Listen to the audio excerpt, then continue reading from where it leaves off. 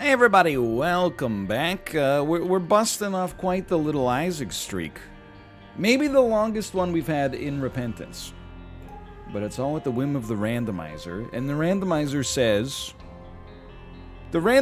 says... today you got a good chance to live. Azazel to Mega Stan. Azazel, that's regular Azazel, to Mega Stan. Also known as Mega Satan, if you'd prefer to use a nickname.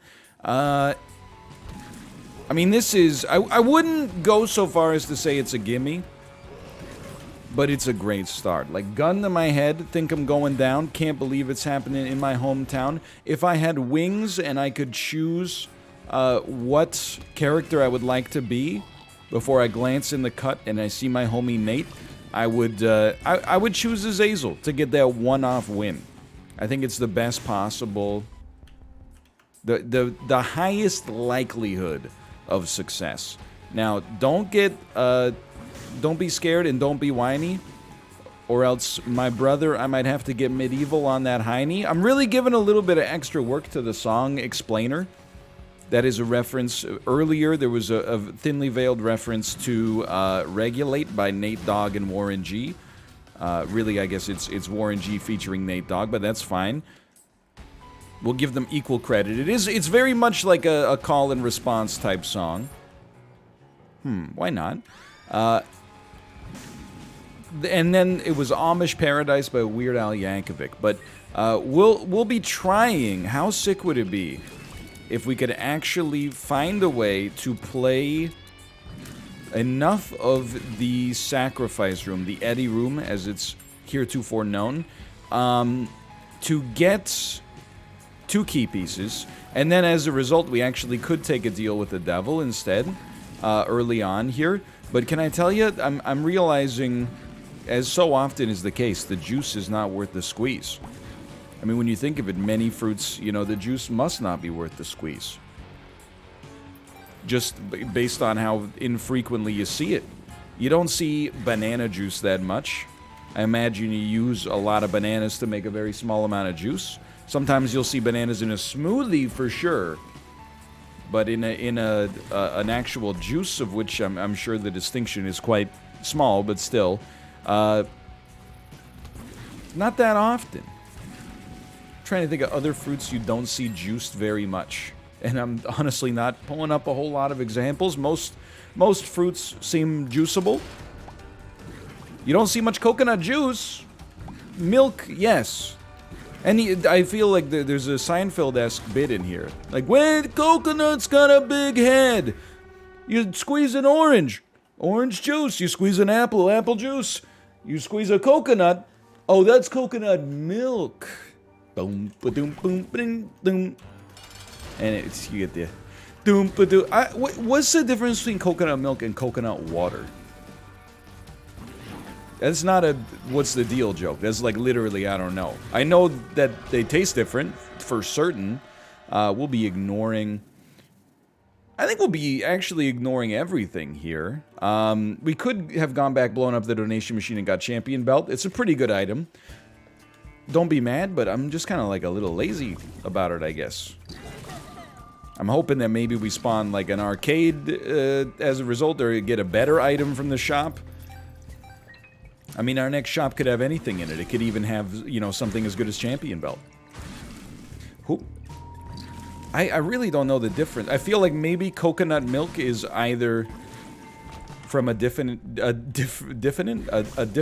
part of the coconut, like maybe the udder, or like coconut water is the liquid from inside a coconut, and coconut milk is like if you mulch up the coconut meat with the coconut water, it makes coconut milk, something like that. I don't know. And I'm just picturing a bunch of coconuts hooked up to like an industrial milker, or like an Amish farm. I don't mind making Amish references because they tend not to be a big viewing demographic. It's part of the base that you can afford to make jokes at the expense of from time to time. You know, not just out of a sense of meanness, but if you need a punchline for a joke, they tend not to be too active in the comments, thankfully. I'm just like, you know, I'm sorry, Ezekiel, I can't come to lunch yet. I haven't finished the milking duties. And then he walks into like a big field with a bunch of coconut trees or something like that and starts squeezing them and getting, hey, you know. Oh, a deal with the angel already. It could work. It could work. Let's just see what we got here. Good start. Good start. Bad end. Keep trying. Good start. Anytime we get our key back, I'm always happy. You know, it's enough money to not be upset. We got a big bankroll here. Hey, golden bombs. Very nice here. Many bombs. Not so nice. Look. Will I continue to play that? Strong chance. Even though we only got one guaranteed play left. Strong chance, I would say. Well, literally just did it. I intended to do it anyway. That's not like I'm not mad at myself for the game there. Sucks that it turned out to give us nothing, but life goes on. Okay, no keys. No keys, a little stinky, but golden bombs actually quite potent. Like the last name of the actress who played the love interest in the first Bourne movie. Franca Potente, I think. I don't know, that's probably not even close to how it's pronounced, but Lemon Party. I'm trying to... look, see you never. I'm trying to get to enough hearts to realistically be able to play the Eddie Room a little bit. We don't need it in all likelihood, but we're kind of, like, feeling pretty good about where we're at. I wouldn't mind taking it a step further, you know, leveraging what we got for what we want. Help me. We do have a key now, so we're totally set. So I'm doing well. It is a Sunday today. It's a Sunday afternoon. That's extremely good. We're never going to use the D8. I'm just going to be honest with you. And then pause button plus an orbital is like, it's easy money as long as you pay attention. I know, you're like, fat chance, but it's been a surprisingly eventful weekend just from the perspective of, you know, the activities we ended up getting up to. But in particular today, I decided at the age of 32 years old, it's finally time for me to get a suit. You know, at some point you gotta graduate, depending on, you know, the lifestyle you're leading, I suppose. But I feel like it was high time for me to graduate past the point that I was at, which was, you know what, this is an easier room to just do this on. Anytime a friend of mine got married, or if like I had to go to a serious, you know, event or something like that, or a funeral or something, I had to, you know, there was like an added chore involved, not to be rude, because it is like, you know, someone's special day. Screwed this one up pretty bad, but that's fine.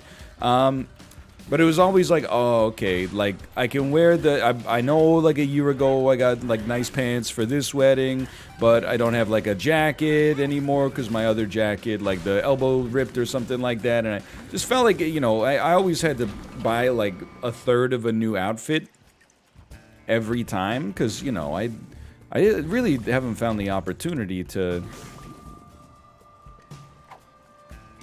you know, this is what we do. I haven't found the opportunity to wear a suit that much, and I don't mind getting dressed up. I'm not one of those people who's like, you know, any day I have to wear a tie, it's like a noose around my neck. I wore a tie. I had to dress like, you know, business casual or higher when I worked in Korea. Still prefer pause button. And you know, when I worked in an office in Canada, I had to dress, I wouldn't say business formal, but like even business casual. Like if you wore a polo shirt, you know, tucked into some dress pants, people would be like, excuse me, you're debasing the entire office right now. Which I find very silly, but you know, it is their office, I'll give them that. But I thought it was finally time, you know, to get a suit that maybe could last me a few years at minimum. So I went to a genuine, real tailor not a retailer, but a retailer, or a tailor that's genuine and does sell retail, but I think that's just because everything is retail if it's commercial activities taking place. I don't know. It's one of those words. Much like the Supreme Court said about, adult-only content. I can't really give it an exact definition, but I know it when I see it.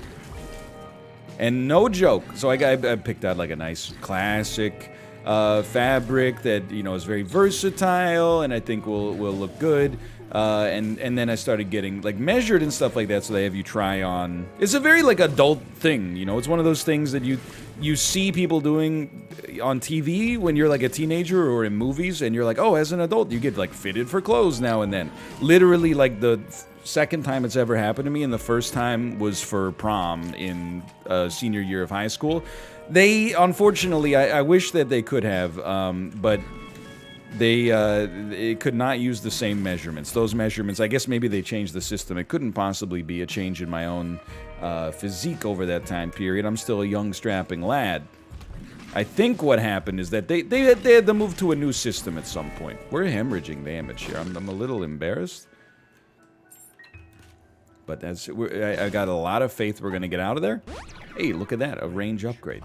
And I already tweeted this, so I apologize if you saw it already. But no joke. The tailor had me try on some pants, and he was like, oh, these fit well everywhere, like in the leg, but they're a little tight in like your hip area.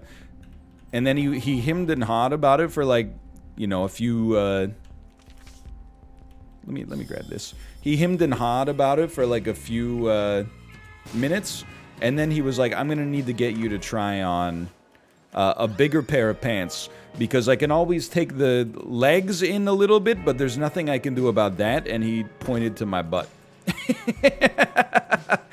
Which I do not take offense to, nor flattery, really. But it definitely lends some credence, because when I was talking on... I always talk on stream about how, like, I blow out the crotches of my jeans. Usually, within a dispiritingly short time period. And people always assume, like, because their shared experience doesn't match up with that. They're like, are you wearing them backwards? Are you constantly engaging in lunges at all? And no, I think it's just like a physiological thing, when it's cinched up a little bit tighter at the waist, and then it, billows out, or is stretched out a little bit at the hips, then you might find yourself running into a similar situation. Thank you, by the way, to all the... Oh, I thought I could dodge that one. That was almost really bad. Thank you to all the people who, by the way, were like, that happens to me too. That way we could let the normies know that we're not crazy. We just, we got a round thing in your face, you get sprung. People want to get with us and take our pictures. There's another song for you. And genuinely, people thought this was a bit... He did say, and he didn't apologize for the question, which I actually respected. It was brazen, and honestly, he should say it. He said, do you blow out the... he said rip, not blow out, but do you blow out the crotches of your jeans regularly? And I said, wouldn't you know it? I do. And he said, yeah, I didn't know this before I worked here, but that's because jeans have like such a thick fabric that perhaps counterintuitively, love to see Holy Mantle, by the way, the stronger the fabric your pants are made of, the less flexibility they have. And as a result of that, the faster they'll blow out. So I guess maybe my problem was, and people have been like, buy nice jeans. I've had nice jeans blow out on me. I've had, $9 a pair at H&M blow out on me. Like they've all been created equal. But he said, if you can find jeans that actually have like a lower thread count, I guess it's like the opposite of sheets. If you could find jeans that have a lower thread count, then your jeans will last substantially longer. And I was like, that's incredible advice. Something's still alive here, apparently. So it was a very productive trip. And I did get a suit. It's ostensibly it's because we got a shindig coming up for our daughter's first birthday, which is a crazy thing to just even say in the first place. Seems very surreal. But I wanted it for more than that, too. Because I really have basically, like, anytime someone gets married, I'm like, okay, time to buy, like, almost a whole brand new outfit. Because the last time I bought the last time I went to something where I had to wear a suit was, like, you know, 8 years ago. We've moved 3 times since then. I don't know where my dress shoes are. I probably was like, when we were moving, I was like, I'll never need these again, and just shove them into the... Okay, probably shouldn't have picked that up, but... Just shove them wherever they'll fit. Now I don't know where they are. I gotta go looking for it. All because you had the audacity to invite me to celebrate your everlasting love. What is this? It's Epic Fetus. Okay, beautiful. Beautiful. Well, the run has changed. Also, I really thought Epic Fetus would work well with, the Azazel beams, and that doesn't seem to be the case. I think we will just stick with what we got here. I don't really want to mess with it too much, and a magic skin, you know it's going to show up like 100,000 more times, but that's okay. But it ended up being productive. It also, like, illuminated for me how little I know about suits, because the man was asking me like 1,000 questions. He was like, what kind of suit do you want? And I was like, you know, like a normal one. And then he's like, okay, like I think he you know, he seemed good at his job. He picked up pretty quickly that this is not somebody with the most discerning tastes in this particular avenue. Now if it was Malf, you know, I think he might still be there right now, hours later, but and more power to him for the record. But he's still, you know, I guess, you know, they have to, but he was inundating me with these like questions. He's like, what kind of lapel do you want? And I was like, what's a lapel? And then he was like, this thing right here. And I said, well, what kind do you have? And he said, well, we could do, you know, your standard lapel, or we could do a peaked lapel, or we could make the lapel thin if you wanted like a little bit more of a modern fit, or we could make the lapel wide if you wanted like a little bit more of like a bulky fit. And I felt like I was ordering, you know, a hamburger at one of those places that asks you like how you want it cooked. I was like, just the way you do it, please. I don't know all this stuff. I'm honestly just asking me these questions is that's enough to get me into trouble. Like I think it's like letting a baby drive a car. You know, maybe the baby's got somewhere to be. Don't get me wrong. But you know, the more power you give them and to get there, the more dangerous it is for them. You know, that's why we got laws for that kind of thing. But it was an interesting experience, you know. It's basically all I got. I did feel weird too, because like there were another like couple of guys getting fitted for suits in there. And these guys, I mean, I felt like I was like a little kid going suit shopping with my dad. They're like, how do the sleeves fit? And I'm like, I don't know. Then they asked the other guy like how the sleeves fit, and he's like, you know, I prefer to have them a little bit tighter around the wrist because typically I don't wear a French cuff, which requires cufflinks. So as a result, I prefer if the suit can actually just be engineered to have tighter sleeves. And I was like, yeah, what he said, maybe, I think, if that applies for me. I don't know if it does. I don't work in a big-time cool guy office or anything like that. I don't know if this is actually applicable to my needs, but he sounded confident, so I'd just give me what he's having, please. It was certainly interesting. And again, actually, I think it's the third time I've been fitted for a suit then. There's one time I was, you know, was for prom, and it was, I guess it wasn't a suit, it was a tux.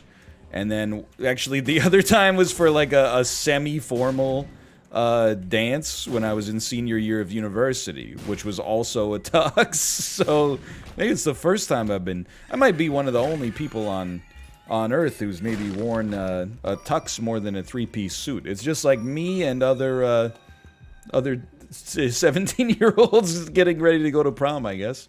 Okay, I thought we took that pill. I thought we took... No? Okay. Whatever, should have taken one with me, but I mean, we are Azazel Epic Fetus now. It's a great place to be. Grants 1 heart container. Works for Keeper too. Hey, that's not so bad. I'm assuming it leaves when we get rid of it. Otherwise it would be, well, otherwise you'd probably just pick it up and put it back down over and over, I suppose. You're not dead, huh? Dude, even the poison from Common Cold is doing some great work.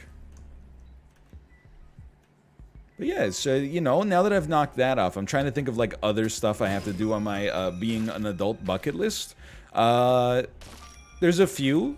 I'm trying to think. I've already bought insurance. I knocked that out. I've never really negotiated for a car purchase, and I resent that it's the norm.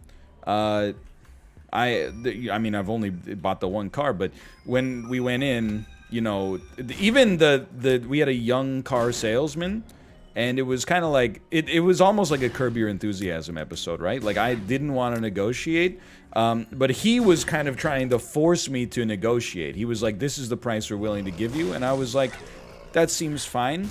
And then he was like, really? Well, I'll tell you what we can do. We can, like, throw in some hats and maybe, like, some floor mats. Do you want me to go check with the guy, like, with my manager upstairs? And I was like, okay. And then he came back down and he was like, we can't do the floor mats, but we can do the hats. And I was like, all right. And then he wrote that into the contract that we would get 2 hats. And you know what? We never got the hats, which is another wrinkle there.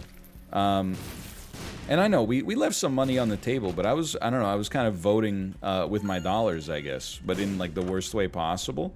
When I tell people that, people who haggle get very annoyed when other people don't haggle, because I think, like, it's a way to measure, like, your boomer superiority is like, well, you know, you see these 35% off. Yeah, I haggled them down from $1 to 65 cents, and you're like, wow. When you don't haggle, people are like, you can't do that. You have to haggle. Because if you don't haggle, there's like a herd immunity. I only left here, by the way, because I thought we could actually get into boss rush in time, and then it's clearly not going to happen, but it's okay. If you don't haggle, they're going to stop allowing haggling, then I'm not going to be allowed to haggle. And I'm like, you know what? Good. I'm all about I really think that my generation could spell the end. I mean, car ownership in general, I'm sure, has to be on the decline among my age group and younger. And admittedly, we're lucky to have the option. Like, we live in a place with really, really good public transit, and obviously a lot of the world is not in that situation. But when you are in that situation, please.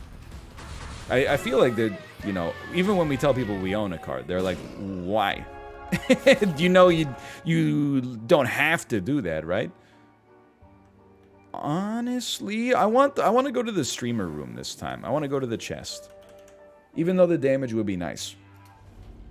But I think we're going to just see, like, a rejection to some extent of the haggle model. Who wants to haggle, man? I mean, I'm sure there's some people out there, like, they live for that. I don't know, it makes the whole, you know, the millennial stereotype, right? You don't even like a phone call because of the fact that you actually have to, like, speak to somebody without taking an infinite amount of time to think of your response. And then send it over text with, like, the proper amount of exclamation marks so you sound happy but not too excited as to, like, you know, give yourself a weaker negotiating position. Hey, this is one way to do it, I suppose. Look at that. Okay, I literally took damage against enemies that weren't moving. That's a new one for me. No, it's not. But it is one for me, I guess. A used car, just a car negotiation in general. You're like, man, who needs it? That's a whole lot of, you know, placing me against a stranger that I just met so I can, you know, pay the real price of the car. I didn't mind not haggling the first time. I just by mentioning it in this episode is going to make people very upset. I'm not suggesting you shouldn't haggle, you know, if you have the temerity for it and you know, you could save yourself some money. What I am suggesting is that, you know, in the future, maybe I'll be substantially more likely to buy a vehicle from a dealership that, or a manufacturer that doesn't necessarily endorse the antiquated dealership model. If I get the choice between 2 otherwise equal cars, and one of them is like, hey, engage in a little bit of negotiation, and the other one was just like, here's the price, even if I end up paying a little bit more, it feels like I'm paying a convenience fee to not have to engage in, you know, Axis and allies against someone who's probably spent their whole life, you know, reading The Art of the Deal and how to win friends and influence people. Hey, what's your name? Ryan. Hey, cool, Ryan. You look like a cool guy. I really, you know, you remind me of this friend of mine from college. Hey, Ryan, what would I say, what's the most important thing for you in a car, Ryan? Oh, it having reliability. That's really good, because like we in the 1970s had one of the most not in the last 40 years. In the last 40 years, there's been a lot of controversies associated with our brand.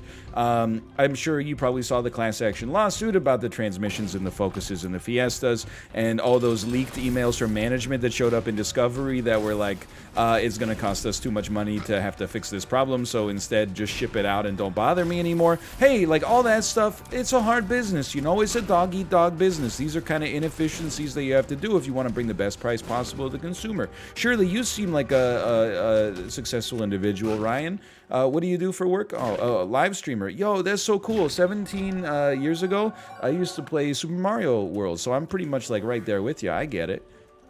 Ryan, so what do I have to do to put you into this focus today? How many hats is it gonna take for me to get you behind the wheel of a large automobile? That felt inspired. Anyway, yeah, I hate it. But maybe at some point I'll have to do it. I'm trying to think of what else. Like, you know, it's the old John Mulaney bit about, like, how movies made me think that I was going to have way more situations in the real world where there would be quicksand I'd have to deal with.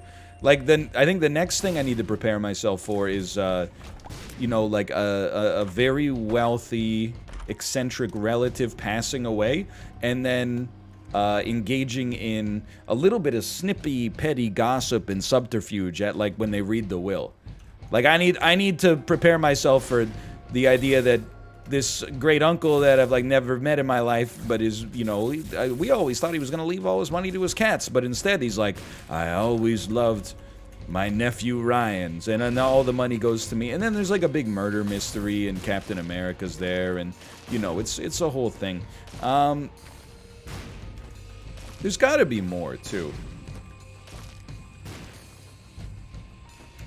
I think that the main one, and I think I talked about it very recently, but I still, like, don't understand it. But when you see a dad in a movie, he's doing one of two things with, like, 80% accuracy. He is either in the garage with the hood of his car up and a wrench just going grunk, grunk, grunk, and then wiping his forehead with the back of his hand, and oh no, he's got a little grease on his forehead now. He's got a little towel over his shoulder, and you're like, what the heck is he doing, man? You know, I've been trying to get this thing running for 40 years. They sure don't make them like they used to, where you'd have to spend every weekend tightening the nuts in the engine just for the car to be able to run one day. Nowadays, you pretty much just drive them straight off the lot. What are you? What are you? A pound of flesh. You're A plus T? Okay, sure, whatever. Just don't screw with me. I consider myself unscrewed with. Tears up. Okay. The other thing is reading a newspaper, and, like, I don't see that coming back. I just don't. And you know what I'm gonna say? You're like, he's gonna talk about the paper again. I think it is like a stealth candidate for, like, one of the worst things to happen in the 20th century, or the 21st century, I should say, is the, you know, the loss of, you know, so many sincere journalists who took their job super seriously, were, like, heavily vetted and fact-checked, and, you know, that takes a lot of resources to make sure you're publishing stuff that is verifiable. And unfortunately, that, like, the model largely collapsed, leaving only, like, a few genuine outlets, and then, like, a lot of very spurious ones with agendas in their wake. I think, like, you know, there's a lot of, you know, flashpoint issues in the last 20 years. I think one of the ones that underpins all of it is, like, you know, deliberate mis and disinformation in the media. You know, I love Genesis, man. We gotta, it does what intent don't. Let's be smart about this. You know you want to sleep in the bed. let's sleep in the bed first, because, you know, when we see what our spirit hearts look like, that might change the way that we feel about where we're at on this run. Thank God we took the Polaroid, by the way. But it's the paper, man. You can still read great quality journalism and not get the ink rubbing off all over your hands. I still think you want the soul. I am sensing a trend.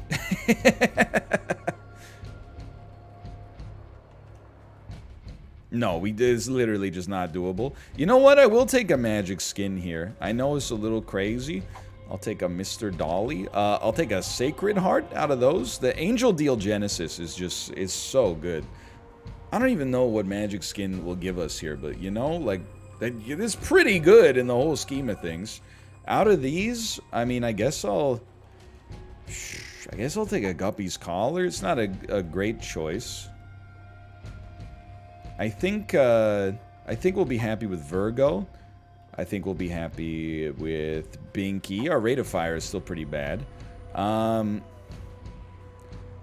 think we'll actually take Pascal's Candle. Depends how many items we have left, right? Because, like, if we have a bunch, I would rather take Car Battery, but otherwise I'd rather take Blue Map. But let's go Car Battery. It's more fun. I think we'll take Booster Pack, believe it or not. We'll take Synth Oil. There's some easy decisions. I will not take Almond Milk as Azazel. It's too much. Sulfuric Tears. None of this is great, but we'll go Old Bandage, I suppose. Converter is unbelievably good already. And we'll just take this, like, all the way up to exclusively Red Hearts. That's as high as we can go. Okay, we'll definitely take Eden's Blessing. Give me a little Brim. That's a pretty good haul. It's no Mega Satan, but... So what do we got? Joker. Duplicate your bombs. Yes. Ace of Clubs. We have Emperor, and we have Joker. Give me Emperor, honestly. Like, people might find this kind of like the coward's choice. To just, like, skip this floor rather than get, like, one extra deal, but... Feeling pretty good. Feeling pretty good. We do have a damage stat of 20. We have the Soul. There's a lot to like here. We kind of have a range upgrade, if you consider Little Brim to be, like, a bit of a range upgrade. The Soul, just the Stutter Step saved us there. We no longer have Holy Mantle. We no longer have... Epic Fetus, but, you know, let's go. As far as I'm concerned, Genesis is like the ultimate reroll room. Even when I'm insanely overpowered, like I was right there, I think I'm always gonna, as long as I'm also going that way anyway, then I'm like, we gotta try Genesis. I mean, being able to draft your own items is like it's insanely valuable.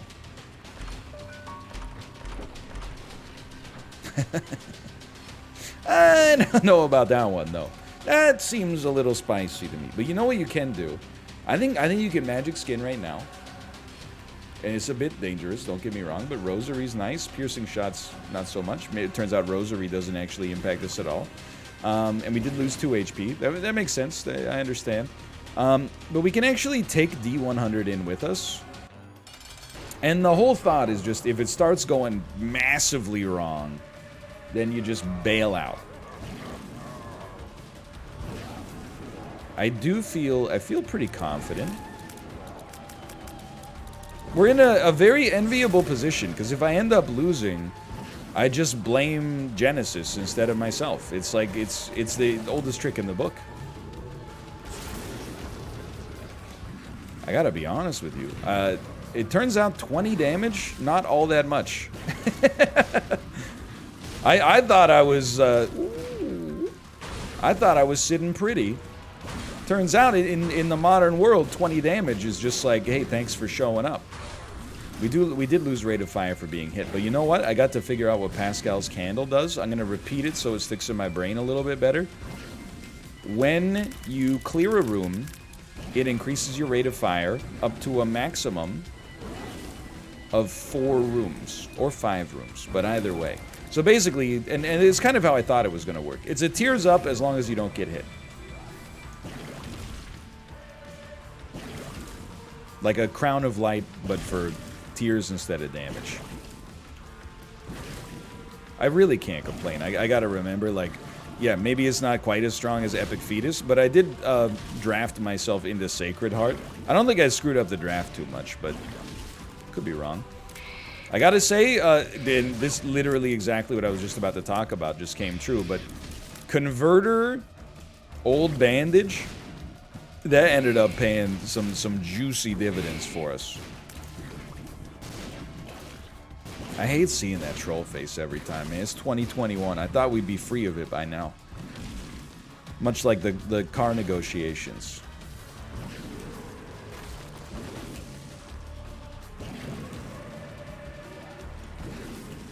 More likely to read a newspaper though than work on my car. I mean, can I tell you, I'm somewhere between dad and cringe right now. Because I got into my TikTok account again. I haven't figured out what I'm gonna do on TikTok, you know. It's just, I'm just happy to be back. I do have a few million plus view TikToks when I was a legendary Call of Duty Warzone player. To which, like, you would post, like, the TikTok game for me was so fun, because you would post, on YouTube when I take criticism, because it's like my livelihood, it spikes a little anxiety sometimes. I'm way better about it now than I used to be, but when people are like, I've been watching for years, and this is a complete, you know, like, tragedy. Like, this is so embarrassing for you, you fell off. You're like, oh man, that sucks. On TikTok, I would title a video like, the #1 thing you need to know in Call of Duty the best Warzone play you've ever seen. People would post, like, a bunch of 12-year-olds would post, like, I've seen better stuff than this, and then you just reply with, like, the joy emoji, because I'm like, I don't even know who you are. You found my video from the For You page, don't care, didn't ask, plus, like, you're not even in high school yet. Wow, owned. Oh no, a 12-year-old called me cringed. You were pooping your pants, like, within the last decade, dummy. What are you thinking? What are you thinking? I'm literally, like, paying for your public schooling right now, so just be careful what you say. Okay? Maybe just shut up and watch the Warzone clip, okay?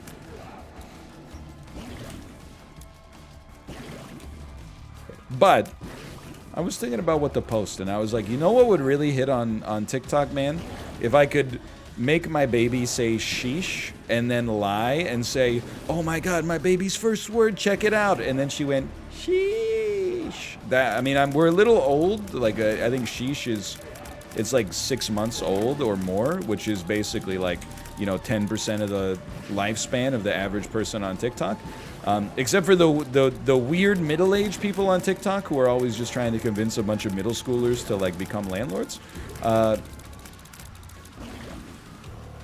I saw on TikTok the other day, and there's, like, a real passive income thing going on right now. It's a burgeoning meme, and then it was, I'm not ragging on him, it's kind of like, I respect the hustle to some extent, honestly.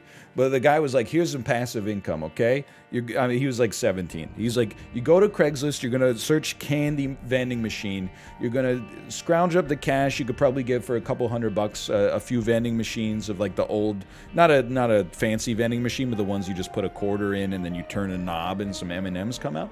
And he was like, and then you're gonna take these, you're gonna drive them to, like, office buildings, shopping malls, like mom and pop stores, gas stations and stuff like that, and then you're gonna ask them to put them there, and then you're gonna put the vending machine in there. And he was doing it, to be fair. He wasn't just, like, sitting in his room. There was videos of him doing it, and then you're gonna fill them up with candy, test them, and then, hey, every time you come back, like, come back every 2 to 4 weeks, there's passive income. And I was like, buddy, that's actually just a job. You're just a candy salesman. That's not really, I mean, I'm not saying it's to be looked down upon, but you've basically just created a job. I mean, I guess it's passive income because you're not literally, you know, working in the moment, but, you know, there's still, it's not like a dividend payment coming in or something like that. You're like, oh, I gotta go drive to the candy machines. And there was a part of me that was like, kid, I think you got a good thing going here. Maybe in an office, people get that, you know, 3 p.m. crash. They say 25 cents for some jelly beans, fair play. But I don't know in COVID how many people are going to be using those rotor vending machines. Now I know that the candy's, you know, possibly been in there for 6 months just sitting in a glass jar with the sun hitting it through the window. But anyway, hey, thanks for watching. Hope you enjoyed it. If you did, click the like button. Helps out a great deal. And, of course, subscribe if you want to see more in the future. But for now, thanks for watching, and I will See you next time. See ya!